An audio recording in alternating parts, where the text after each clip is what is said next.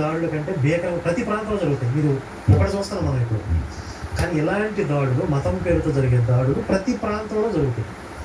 ఇక అది కామన్ అయిపోద్ది కొన్నాళ్ళకి. ఇప్పుడు రేరు కాబట్టి ఇది చాలా సెన్సేషన్ అయింది. కొంతకాలం తర్వాత అక్కడ దాడి జరిగింది, ఇక్కడ దాడి జరిగింది, ఏమైనా రోజు జరిగేది కామన్ అయ్యి ఈ రోజు 10 మంది తెచ్చిపోయారు, 30 మంది తెచ్చిపోయారు. క్యాజువల్గా మాట్లాడుకుంటారు యాక్సిడెంట్ అంతే, రోజువారీ యాక్సిడెంట్లు అలా అయిపోతుంది పరిస్థితి. ఇప్పుడు వాళ్ళ లక్ష్యం అదే.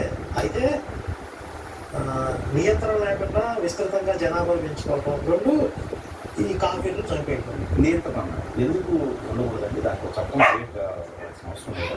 పేదరికం అనేది ఇంకా పెరుగుతూ ఉంటుంది. ఇప్పుడు వాళ్ళ మత విశ్వాసం ప్రకారం అంటే గర్భ నిరోధక పద్ధతులు వాడటం కానీ ఇక్కడ గవర్నమెంట్ అనేది ఉంటుంది.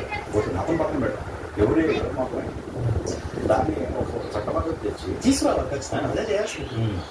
ముగ్గురు పిల్లలకి మించి, 2 పిల్లలకి మించిదే కనుక మీకు సంక్షేమ పథకాలు వర్తించవు, మీకు హక్కు ఉండదు. ఎందుకంటే మీకు దేశం మీద బాధ్యత లేదు, కళ్ళు వదిలేస్తున్నారు. తీసుకురావాలి. అలా పెట్టేసారు అనుకోండి, సరే కానీ వాళ్ళు ఓటు హక్కు ప్రమాదం లేదు, సంక్షేమ పథకాలు మీరే బ్రతకండి.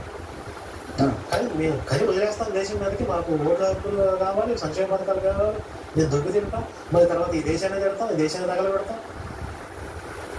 దీని మీద ఖచ్చితంగా కేంద్ర ప్రభుత్వం అనేది కొన్ని కఠినంగా అమలు చేయాల్సిన అవసరం అయితే ఉంది. లేకపోతే 1 దశాబ్దం 2 దశాబ్దాల తర్వాత ఎవరు ఏం చేయని పరిస్థితి వచ్చింది. కోట్ల మంది హిందువులు ప్రాణాలు బలిపెట్టినట్టే. ఇప్పుడు హిందూ మెజారిటీగా ఉన్న ప్రాంతాల్లో కానీ లేదా దేశం హిందూ మెజారిటీగా ఉన్నప్పుడు మతం పెడుతూ ఇతర మతస్థులు ఎప్పుడు దాడి జరుగుతుంది. ఇంకా చెప్పాలంటే ఇప్పటికి కూడా 100 మంది హిందువుల మధ్యలో ఒక క్రైస్తవ కుటుంబం కానీ ఒక ముస్లిం ప్రశాంతంగా జీవిస్తారు. వాళ్ళకి మతం పేరుతో ఇంకా చెప్పాలంటే పాపం కమ్యూనిటీ పరంగా వాళ్ళు ఒకరే కాబట్టి మనం ఏదన్నా సహాయం చేద్దామని మనస్తత్వం ఉంటుంది హిందువులు.